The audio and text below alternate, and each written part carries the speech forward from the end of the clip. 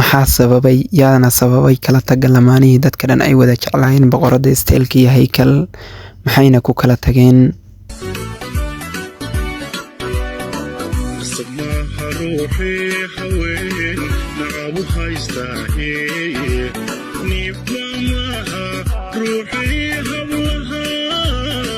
Labadan qofood wiilkii gabadhan waxay ahaayeen mid kuwa ka mid ah kuwa ugu caansan baraha bulshada dadka Soomaaliyeed kuwooda isticmaala barta TikTok. Wiilkii gabadhanina waxay ahaayeen laba qofood oo kasoo kala jeeda magaalooyinka Hargeysa iyo Muqdisho, halka Haykal uu kasoo jeeday Hargeysa, boqoraduna ay kasoo jeeday dhankaas iyo Muqdisho.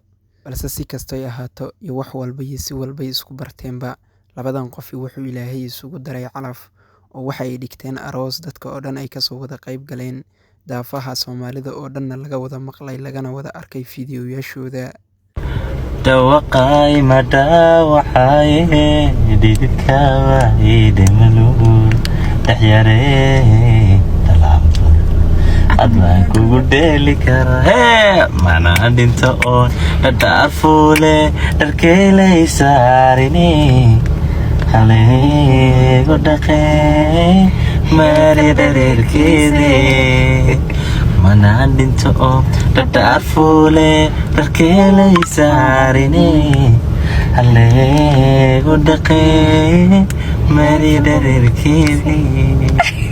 Balse wixii waaya laga joogaba iyaan kadib waxaynu maqlay kala tagooda, kuwaas oo aynu ku arkaynay fiidiyowyashooda baraha bulshada iyo dad badan oo aad uga hadlaya, balse labadooda midnana ma uusan ka jawaabin mana aysan sheegin waxa ay dhacay iyo inay wada joogaan iyo inay kala tageen midnana.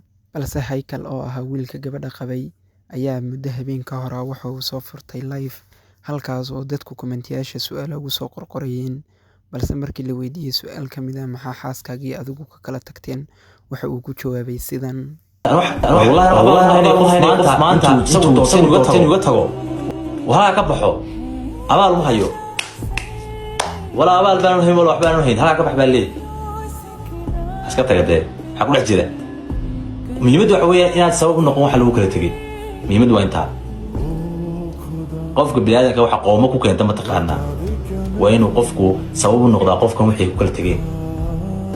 laakiin intaas uu noqon weydo oo la qofku waan tagayaa waxa laga yaabaa qofkaas inuu khayrka ku lahayn hayaa la dhahaa walaal annaga khayr u lahayn baa laga yaabaa aad fursad kale qof kale ku xulato inaad hesho ma baahntiin. Sida ka muuqata hadalka Haykal waxay u muuqataa inuusan isagu shaqo ku lahayn ama wax lug uusan ku lahayn kala tagii iyo wax walba oo dhacay, maadaama uusan maanta wax qoomamaha ka qabinin kala tagaas uusan ahayn qofka sababay.